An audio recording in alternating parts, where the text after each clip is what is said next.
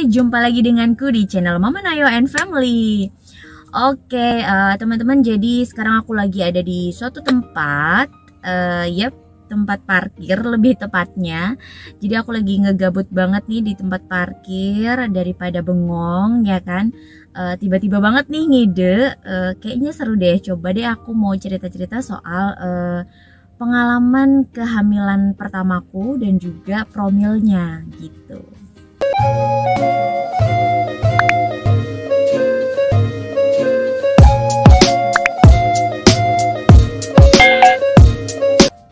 Nah, jadi teman-teman cerita aja. Jadi aku tuh sama suami lumayan lama nungguin momongan buah hati gitu ya.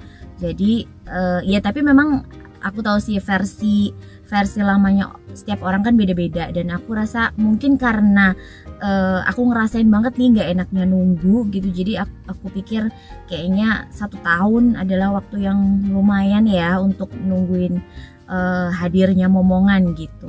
Jadi aku kemarin dari pernikahanku aku nunggu 1 tahun pas gitu, 1 tahun pas untuk aku kemudian dinyatakan positif hamil. Jadi aku tuh sama suami after pernikahan itu aku sama suami mencoba untuk menunggu dulu memang, karena aku terutama ya berharapnya bisa hamil dengan cara yang alami, maksudnya yang emang sudah waktunya diberi sama Tuhan gitu, tanpa program-program yang kayak sekarang lagi banyak dicoba sama orang-orang ya. Maksudnya pinginnya ya siapa sih gitu ya pasangan yang nggak pingin cepat diberi momongan gitu setelah pernikahan gitu kan. Aku pun sama seperti pasangan-pasangan yang lain yang berharap bisa diberi cepat ya. Cepat tuh gimana ya, bukan cepat, lebih tepatnya diberi di waktu yang tepat gitu sih gitu. Tapi memang aku dan suami pasang target, bukan target ya, kayak ya bisa dibilang gitulah ya. Jadi aku maksimal banget nunggu 1 tahun nih, mencoba menunggu 1 tahun. Kalau misalnya dalam waktu 1 tahun aku juga belum hamil, nah disitu adalah batas waktu aku di mana aku harus pergi ke dokter, konsultasi, dan juga mungkin ngikutin saran atau juga program hamil dari dokter gitu. Tapi ternyata proses menunggu itu kan juga nggak mudah ya. Muncul banyak kecemasan gitu, muncul banyak dilema lah gitu, karena ternyata menunggu kehamilan setelah pernikahan itu rasanya campur aduk banget ya. Belum lagi ada influence dari luar, misalnya pasti kan setelah married kita banyak pertanyaan. Berikutnya adalah setelah pertanyaan kapan married adalah kan kapan punya anak, kapan punya momongan dan lain sebagainya gitu ya. Dan pertanyaan-pertanyaan seperti itu yang mungkin sebenarnya cukup mengganggu kita juga yang dalam proses menunggu ya. Kalau aku sih gitu, nggak tahu teman-teman mungkin bisa lebih open mind, lebih santai menyikapi pertanyaan-pertanyaan seperti itu. Tapi kalau aku sebenarnya aku juga berusaha santai, tapi ternyata nggak mau kepikir, ternyata juga kepikir juga masuk juga gitu di kepala, dan jadi kayak uring-uringan, jadi gelisah gitu, dan ya jadi bertanya-tanya juga kan jadinya, walaupun sebenarnya dari diri sendiri tuh kayak masih yang oh ya masih berapa bulan, oh kalau nggak apa-apa, bismillah kita tunggu, Tuhan akan kasih di waktu yang tepat. Tapi dengan munculnya pertanyaan-pertanyaan, jadi seolah-olah kayak terdesak gitu sama lingkungan gitu, dan pertanyaan-pertanyaan kayak gitu jujur kadang bikin nggak nyaman gitu.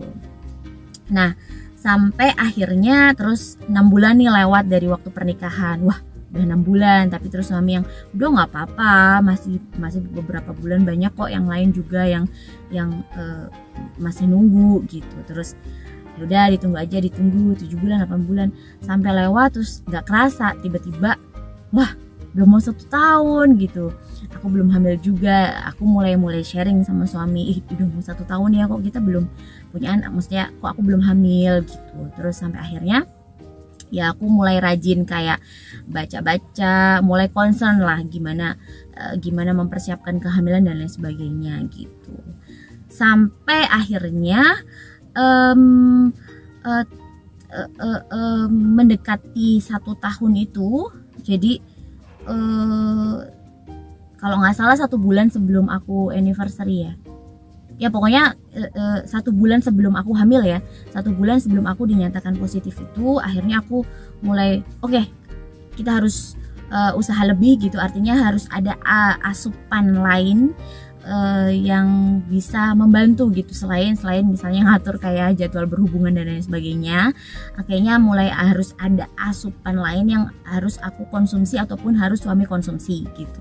Sampai akhirnya terus tepat 1 bulan sebelum aku dinyatakan positif hamil itu aku mencoba dengan apa ya, cara sendiri lah, dari baca-baca gitu ya, dari lihat cerita dari teman-teman yang lain juga.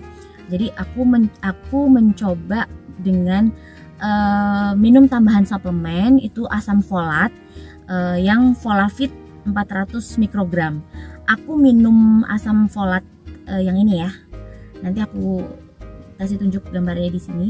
Jadi aku minum asam folat yang Folavit, merek Folavit ini kan asam folat merek dagingnya banyak ya. Aku ambilnya yang Folavit 400 mikrogram ini. Aku konsumsi setiap hari, setiap malam aku minum 1 tablet. Terus paginya aku secara rutin minum susu persiapan kehamilan ya, dari Prenagen yang Prenagen Essensis yang ini. Nah, itu aku minum rutin setiap pagi. Kadang aku switch sih sama yang Folavit tadi. Jadi kalau misalnya Folavitnya aku minum pagi, maka yang susunya aku minum malam. Tapi rutin seperti itu setiap hari. Dan ada tambahan satu lagi suplemen yang aku minum itu adalah Natur-E. Kalau itu memang aku dapat asupan dari teman gitu, bahwa Natur-E juga bisa dipakai untuk program hamil, dan ya aku coba-coba aja gitu, aku cobain selagi itu bisa kita dapetin dengan mudah kan, dijual di apotek dan di toko-toko obat lain ya. Jadi aku baca juga sih, tapi semua yang akan aku konsumsi aku baca pastinya ya. Jadi aku lihat kandungannya dari Natur-E ini selain untuk bisa promil, karena aku pikir Natur-E itu untuk kulit ya, selama ini aku tahunya ternyata juga bisa juga untuk promil karena dia juga kandungan asam folatnya tinggi gitu. Dan ya sudah, aku akhirnya beli yang Natur-E juga karena juga bagus untuk kulit. Tapi aku nggak konsumsinya setiap hari untuk yang Natur-E. Jadi untuk yang Natur-E nya aku 2-3 hari sekali, biasanya di waktu-waktu siang kalau di kantor gitu aku minum itu gitu. Nah, selain 3 asupan itu tadi, apalagi ya, udah sih itu yang emang kayak harus waktu itu setiap hari aku konsumsi itu 3 itu. Nah, selain itu tambahannya itu paling aku untuk yang promil mandiri itu di kehamilanku yang pertama air putih sih, karena aku termasuk orang yang minumnya tuh sedikit. Jadi aku mulai concern untuk nambahin cairan tubuh gitu ya, supaya badan juga enak. Jadi aku minum air putih dibanyakin. Terus lainnya adalah buah-buahan gitu, karena aku juga nggak begitu nggak setiap hari banget sih makan buah. Jadi waktu promil itu aku usahakan setiap hari ada aja buah yang aku konsumsi. Terutama yang aku lumayan sering waktu itu adalah buah pisang dan apel gitu. Nah, terus selain buah, untuk sayurnya, karena kan ya jadi intinya hidup sehat ya teman-teman gitu. Nah, untuk sayur, karena aku tuh kan pecinta sayur, jadi kalau makan nggak ada sayurnya tuh rasanya kayak kering, nggak enak lah gitu, ada yang kurang. Jadi kalau untuk sayur aku nggak ada kayak treat khusus gitu untuk sayurnya apa aja yang harus aku makan atau di jadwal seperti apa, enggak. Jadi untuk sayurnya aku ngikutin ya kayak biasa aja makananku sehari-hari kayak gitu. Itu sih ya, tadi intinya adalah selain tambahan suplemen tadi yang udah aku konsumsi di awal 3 sama susu, juga tambahannya itu adalah hidup sehat gitu, intinya diet sehat gitu ya. Dan tambahan lainnya itu adalah, jadi aku mulai nemu ritme ketemu titiknya di mana aku